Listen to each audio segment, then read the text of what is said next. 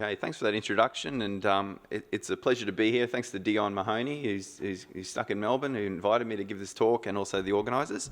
I've got a tough position. I'm between you and some scones and muffins, I presume, and so I'll try to get finished by 10. So today I'm going to focus on food safety, and 2 days ago it was World Food Safety Day, so my timing is not quite perfect, but it's close enough, and the fresh produce industry obviously has a big role to play in food safety.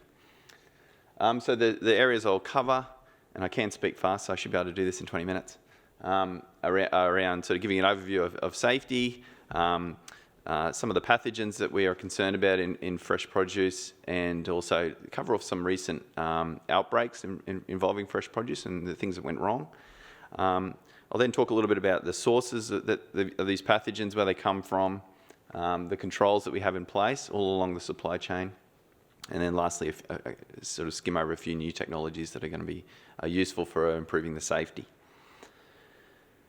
Okay, so typically foods have no risk associated with food safety. You can't guarantee a food is safe unless you put it through a Steritech facility, which is probably the closest thing you'll ever get to killing everything that's alive in that food. But we have a range of high risk and low risk situations here, and we really want to reduce these risks. Fresh produce is minimally processed. There's no cook or kill step with most of it. We do washing and sanitisation. However, this is only partially effective in washing away those pathogens or killing them. So we need to therefore consider the risks all the way along the supply chain to control these issues. When it comes to food poisoning outbreaks, and they do happen, a lot of fresh produce has a very short shelf life, and it can be difficult to trace back the source of that contaminated fresh produce, because by the time people get sick, get tested, confirm, identify an outbreak, go back to try to find the source of that food, it's all washed through the system, and they can't find any, and follow up that investigation. The pathogens of concern are several bacteria, and I'll talk about these in detail, as well as virus, hepatitis A, and cyclospora is a recent outbreak in the US. Let's just look at the salmonella outbreaks that have happened, and I've got most of the data. I'm not blaming the USA, but they really investigate these well and make it all publicly available, and it's much easier to get the information. But we've had some salmonella outbreaks in Australia, and the numbers there are the numbers of cases that have the same genetic type of salmonella.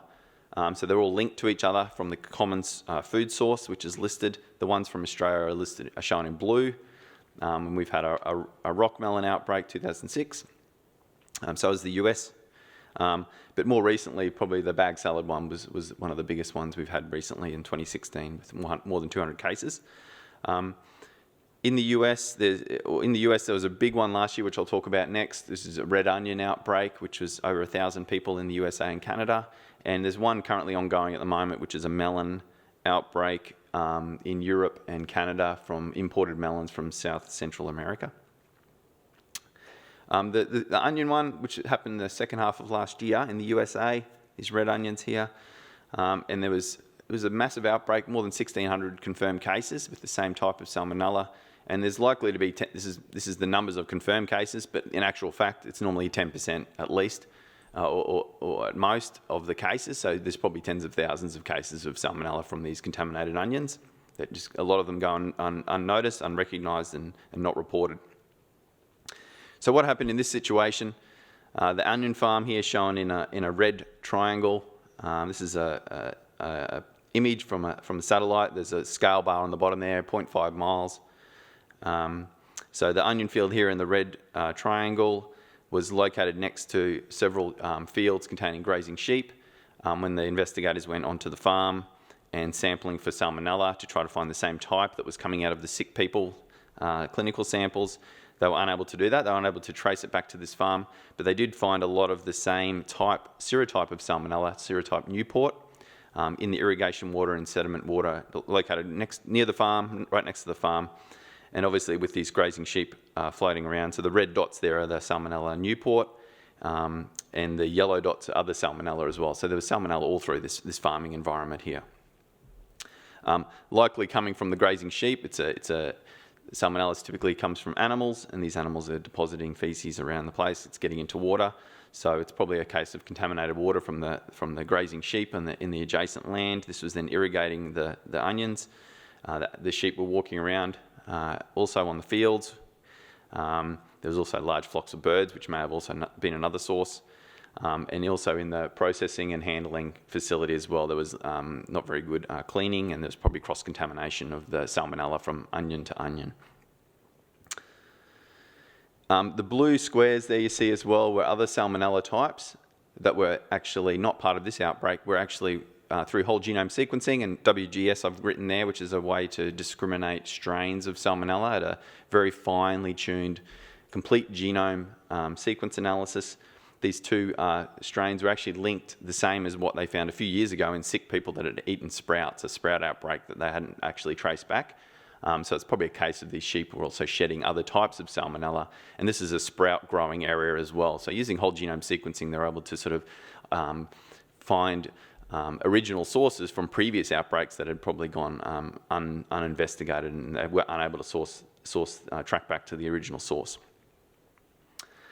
Listeria monocytogenes is another foodborne pathogen, and there's been outbreaks in Australia, and this is typically a pathogen that where healthy people can have a pretty high dose of Listeria and be unaffected, whereas it's more the pregnant women with the unborn babies, immunocompromised people, and elderly people that appear in the illness in these outbreaks.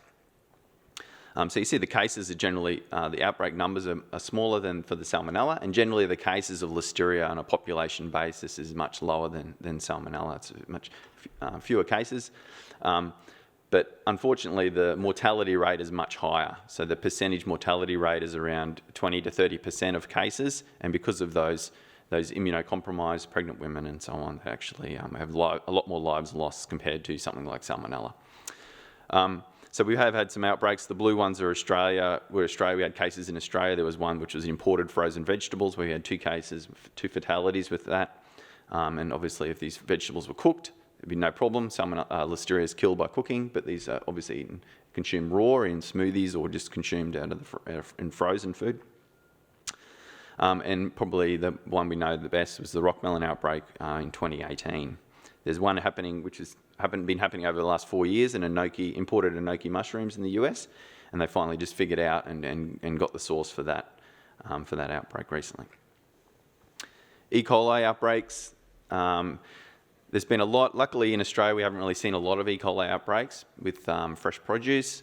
Most of these are US, and the US has a real issue with recently with leafy greens, romaine lettuce. We've probably all heard about these outbreaks happening year on year. And there's the same strain of E. coli seems to be popping up year after year in these outbreaks here. And there's a lot of effort at the moment to try to get on top of this.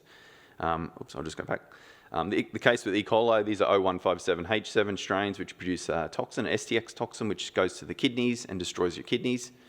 These people have very severe, lifelong debilitating disease, illness. They require dialysis for the rest of their life or require kidney transplants or even worse consequences. So it's a really nasty pathogen. This is where 75% of the US romaine lettuce and leafy greens are grown in California and also Arizona. So in different seasons, whether it's in the summer up in California, the Salinas Valley, and in Arizona in the winter months where it's a desert.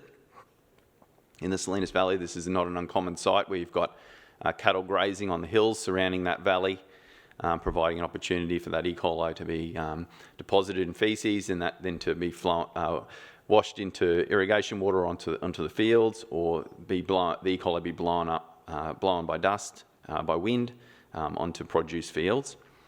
In the case of Arizona, it's a bit more confronting, where you've got large leafy green fields sitting right next to huge feedlot, cattle feedlot operations, separated by an irrigation channel and a road, in very close proximity. So this is an obvious cross-contamination issue happening here, and they have found the E. coli in these facilities. And there's, does the E. coli come from the feces into the irrigation water and then irrigated onto the crop, or is it transferred by wind and so on? There's a lot of work going on to try to get on top of this. Okay, where do these pathogens come from? And E. coli and Salmonella are typically animals. Humans and animals carry these things, but then they can contaminate water sources if feces gets in water and soil and so on. Listeria is more of can be found in animals as well, but it can also live happily as a free-living nomadic bacteria. It can get into facilities, packing houses and processing facilities, and persist in there and forming biofilms. Can be very difficult to get rid of, and I'll give an example of that in a minute. So just looking at the presence of these organisms in the environment, Listeria is very common in soil. So there was a study recently published by Cornell University in the US where they sampled 1,000 soil samples from just natural environments, not agricultural environments. They found around 30% positive for Listeria species and 12% for Listeria monocytogenes. The map sort of showing the different types in different locations. Where there's a small X, it means it was negative. So you sort of see there's more of a shift to the eastern states, east coast, where they find Listeria more prevalent. They did find 5 new species of Listeria, so there's a lot of Listeria out there. There's about 20 species now. Only one of them is pathogenic, Listeria monocytogenes. But these are sort of new things that we're finding all the time regarding this organism that is just commonly present in the environment.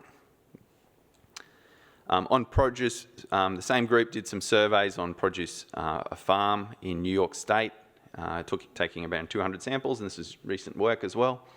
They looked at pond, stream, fecal samples close to water sources. They obviously don't have too many kangaroos in New York State.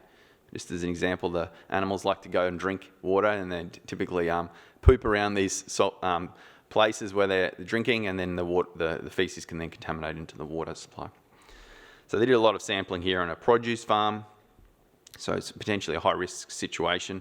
They found a huge number of Listeria monocytogenes there, and 41% of samples were positive.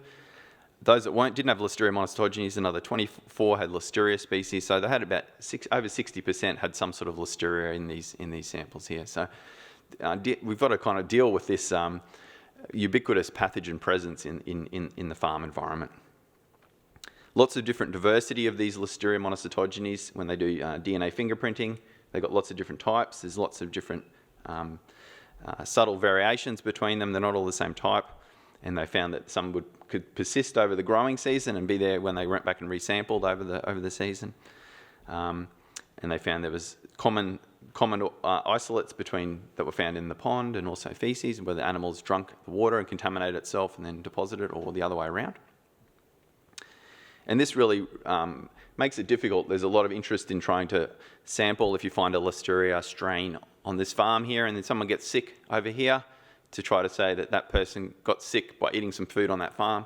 It's not going to be as simple as that, because the diversity is so rich, and really making that correlation is very difficult.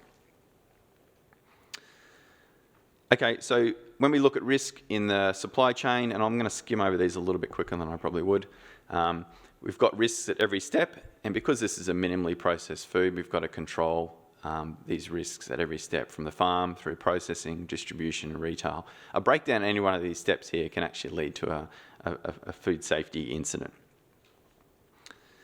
And if anyone wants these slides or the source of this information, I'm happy to share it afterwards. You can just send me an email. So controls pre-harvest, there's a lot of controls, and really what we're doing here is trying to reduce the risk of some contamination happening.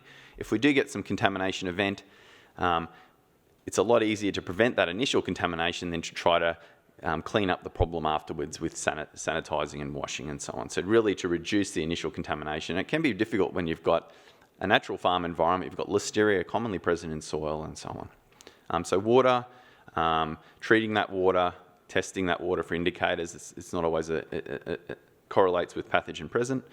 Exclusion periods following water, because we see a die-off in pathogen levels if the water is contaminated. Livestock feces, so obviously that Arizona farm is not an ideal situation when you've got 10 metres between a lot of cattle and a produce farm. Reducing dust, reducing wind transfer of pathogens, preventing runoff into fields or water sources and so on. Wildlife intrusion is an issue, and I guess preventing wildlife coming in there, and because they do carry these pathogens, they can drop feces in the field, and that can cause contamination. Soil amendments, they've been issues in the past, so ensuring that if you're using soil amendments that we have an inactivation of potential pathogens that might have been in there before they're applied, and also having exclusion periods, not harvesting the product, so we can ensure that if there are pathogens there, they'll actually die away before we actually harvest. Equipment and people, people involved in harvesting, sanitising harvesting equipment, hygiene, toilets for people that are working in the farm, and testing as well. I'll talk a little bit about testing, but we can do testing before, but really this is not really a control, it's not a control method, it's more just a verification of we're controlling things properly. Post-harvest, so food processing environments can have pathogens in there, which can persist for years or decades. There has been studies on this, and then they can contaminate foods coming out of those environments. So packing houses, processing facilities, so deep cleaning and sanitising certain areas where there may be pathogens present, which are hard to get to, that you wouldn't normally think about. That's where the pathogens will be and can actually come out and contaminate the food. Cross-contamination during washing, if the sanitizer levels are not high enough, pathogens can transfer from one leaf to the next, but ideally we really want to kill those before they get onto and spread the pathogen through the whole batch of food that's being washed or sanitised. And time temperature abuse, obviously with cut products like this, it's important that we minimise any growth if there are pathogens present on that. So final product testing is not really an effective control strategy. It's really about controlling things all the way along the supply chain. And really the reason is because of this ugly looking table here. If we had 2% of samples that had salmonella on them, for example, shown here, defective samples, and we test five of those samples, there's a 90% chance we'll miss them. Even if we tested 30 samples out of that 100, there's only about a 50% chance we would actually pick up those defective samples. And we're not going to test 30 samples out of 100 that we make as well. So by testing, the sporadic contamination is very difficult to pick up just by testing. If you get test 5 and say that we've got no salmonella on the food, there's no way you can sit there and say that, okay, there's not salmonella on any of the other ones that you've tested as well. So I'll just briefly cover some new technologies, whole genome sequencing, which I mentioned before, a little bit about big data and some biological methods that we're using at the moment. I won't talk about the chemical ones, but there is some work in this space as well. Whole genome sequencing, it's really revolutionised food poisoning outbreak investigations, and from this graph here, the yellow line dropping away is the number of Listeria cases per unit of population, which has dropped since the 1980s. And this is through the introduction of DNA fingerprinting technology, which is now turned into whole genome sequencing. The number of outbreaks in the blue bars has increased of Listeria, and this is not just fresh produce, this is everything. So we're finding more outbreaks. It's not like they weren't happening before, but we're actually able to identify them and link cases that have the same Listeria strain from sick people. The other good thing about whole genome sequencing is that it's, and I guess for the fresh produce industry, is in facilities. We've got some contamination of Listeria in the field, in produce. It goes in the facility. There's a chance a strain may actually colonise that facility in a site that's difficult to clean, drains, other places in the facility. It may form biofilms and persist there for potentially years, then every now and then contaminate the product that's coming out at the end. So whole genome sequencing through environmental monitoring of things like Listeria, you can see, have I got the same strain here that I found had a positive back here on the drain sample. 3 months later, I've got another positive. Is it a different strain or is it the same strain? So this allows you to target some of your control strategies. Is it coming from the farm or is it actually in my actual facility here? And I need to focus the control strategies in the facility. And this was a case where the facility in the US producing these bag salads here, they had an outbreak in 2015-16, around 19 cases, about 15 in Canada as well. And they had this low numbers of cases. This is only 1 or 2 numbers. And it took them a long time to figure out the source of this. And what ultimately the investigation showed that they had a persistent Listeria strain in their plant, even before this period as well, that was contaminating the produce and making people sick.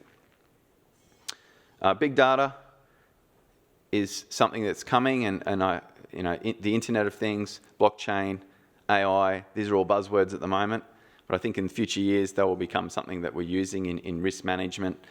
This is a recent publicly available review by John Doherty, who's the head of food safety at Nestle, and there's a few other authors, and they basically went through a fresh produce supply chain like this one here and looked at where we can get data all the way along the supply chain, which can lead to ways that we can mitigate risk.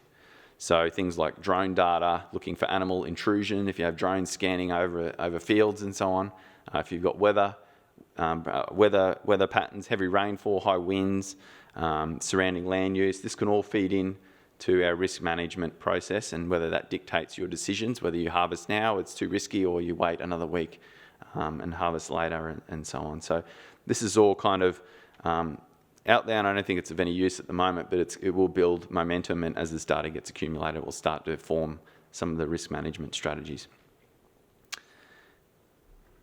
Okay, I've got 30 seconds to go. I'm just going to talk about some biological strategies. So there's interest moving away from chemical sanitizers to biological ways to kill pathogens on fresh produce, and there's Listeria bacteriophage, which kills Listeria very specifically, that's been approved for use in Australia on fresh produce and other foods.